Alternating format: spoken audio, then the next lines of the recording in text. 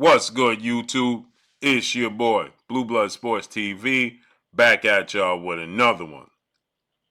So, we have some unfortunate information and news.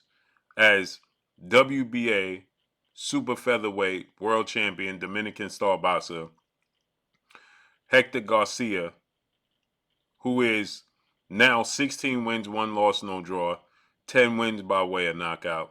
He is 31 years of age, 5'9" with a 67-inch arm reach. Hector Garcia went into the biggest fight of his career, okay? January 7th of this year in Washington, D.C., against undefeated 3-division world champion, who one point in time held the WBA super title at super featherweight that Hector Garcia holds right now, the WBA regular title at lightweight, the WBA regular title at junior welterweight, all simultaneously at one time. That being superstar boxer Gervonta Tank Davis, who is now 28 wins, no losses, no draw, 26 big wins by way of knockout. He is 28 years of age, 5'5" with a 67-inch arm reach.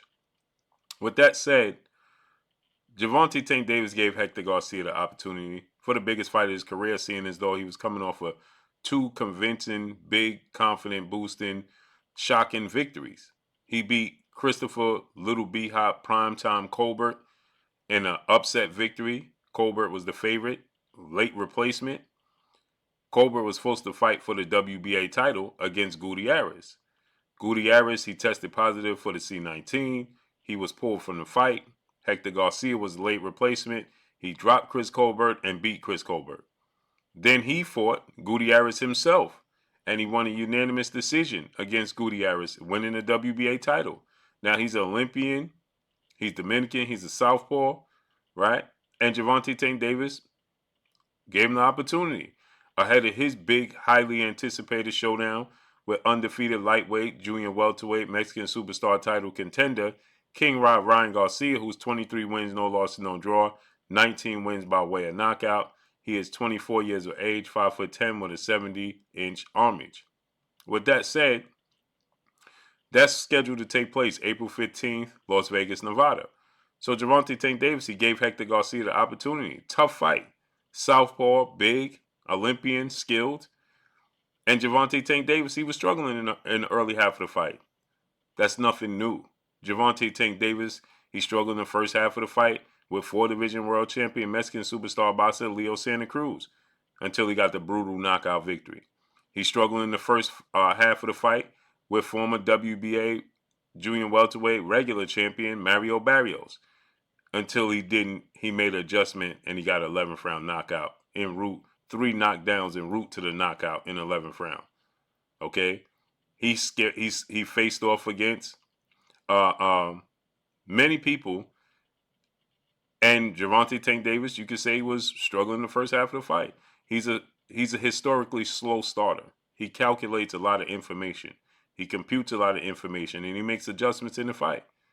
There was people that actually thought he was losing the fight to Rolando Rolly Romero until he wasn't. He got the brutal knockout victory, right? And when he doesn't get the knockout, like when he fought Isaac Pitbull Cruz, he gets a unanimous decision victory. So he's very versatile in his approach. So in the first half of the fight, I actually thought Hector Garcia was winning the fight, right? I gave Hector Garcia the first 3 rounds. I gave Gervonta Tank Davis the round 4. I gave Hector Garcia round 5. I gave Gervonta Tank Davis round 6 and 7. Right? And then in round 8, going into round 8 is where Hector Garcia has the issue.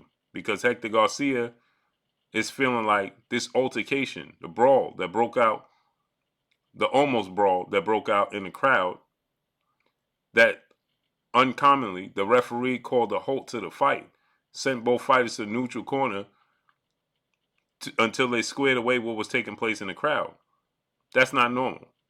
And I agree with Hector Garcia.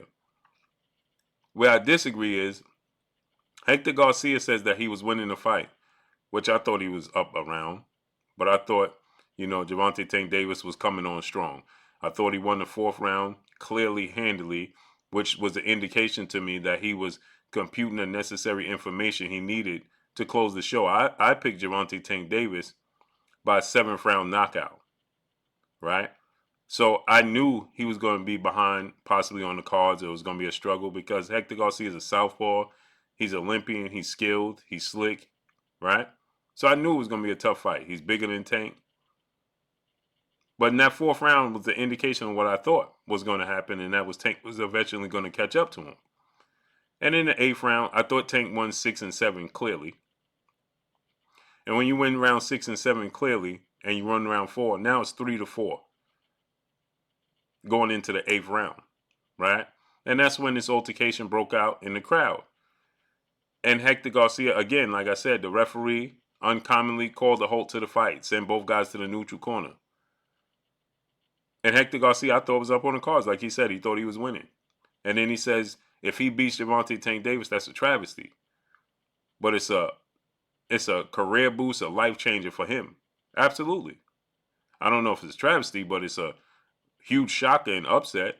And it is life changer for Hector Garcia. So he's alluding to the powers that be didn't want Hector Garcia to win the fight. Now I agree. The judges' scorecards only saw at that point in time Hector Garcia winning 1 round, which is pretty absurd to me. Okay, because I clearly saw Hector Garcia win way more than 1 round. So with that said, Hector Garcia, he states that this brawl that broke out in the crowd, this altercation, was scheduled by Gervonta Tank Davis just in case he was down on the scorecards. If he wasn't down on the scorecards, this altercation and scuffle wouldn't have broke out. But when he was down on the scorecards, Gervonta Tank Davis and the people in the crowd scheduled and planned, allegedly, this altercation so that the halt could be to a fight so that he can lose his momentum and give Gervonta Tank Davis back the momentum. And that was all she wrote. Then he said that he ended up getting injured because he lost his momentum and lost his focus. Now, that's a strong possibility. But you got to keep in mind, you had the same time and momentum, and you had the same break that Gervonta Tank Davis did. As a professional, it's your duty to pick up where you left off. Yes, I agree. It could have cost him his momentum. But what happened in the 8th round is that you got clipped with a punch, 2 punches that you didn't see. But in all reality, when you look at what was taking place leading up into that moment, Gervonta Tank Davis was getting closer with that punch in it. He was actually landing it. Hector Garcia was just absorbing the punch. He was just taking it well. He had already started landing that punch, that straight left hand. He started landing uppercuts on the inside. So it's not as if Gervonta Tank Davis suddenly grabs this monumental momentum and just it took over from. No, that's not. He was already closing the gap. He was already, as I said, I thought he won 6 and 7. So he was already closing the gap. Right? And he was making a necessary adjustment. And you can see Hector Garcia's body language. He started to fade. So he says that they took it from him, they cheated, and he suffered an injury because of it. And this was all planned. As if Gervonta Tank Davis went into this fight and said, listen, if I'm losing momentum, I need y'all to start a scuffle in the crowd and call a halt to the fight so I could gain my momentum. He don't even know if that's impossible to do unless he's in cahoots with the referee, because the referee is not supposed to stop the momentum of the fight. So he don't know if that's not normal. It doesn't happen. So he don't even know if the referee is going to stop the fight at that time to say that he could plan such a thing. This is just Hector Garcia not being able to accept the reality that he lost, and he lost momentum himself. Again, like I said, I agree. The crowd, the referee, that was not normal. But Hector Garcia's momentum was seized for his own doings, because in the 6th and 7th round, you could see Tank Davis catching up with him, and his momentum was already slipping before that moment. And as far as he said that his eye was injured for a week, but there was nothing broken. Well, that's because you was lacking on defense. You was lacking on defense, period. You was slacking. Your body language said you was starting to fatigue. You was losing focus, and Tank was getting closer, period. His physical and mental pressure was starting to get to Hector Garcia. Hector Garcia, big mistake he made was his right hand down the entire fight when Tank's biggest attribute is his left hand. And you a southpaw. You should have had your hands up and prepared to try to catch, parry, or block Gervonta Tank Davis punches. But you were so comfortable and so cocky in the fight that he had his lead hand down by his side, and Gervonta Tank Davis is a southpaw. That's a mistake Hector Garcia made. Had nothing to do with the crowd.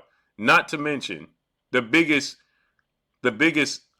issue with this is that this scuffle was with arguably Gervonta Tank Davis's biggest nemesis, a rival, who he's never fought, in Washington, D.C.'s own Mr. Gary Russell Jr., who's been calling out Gervonta Tank Davis.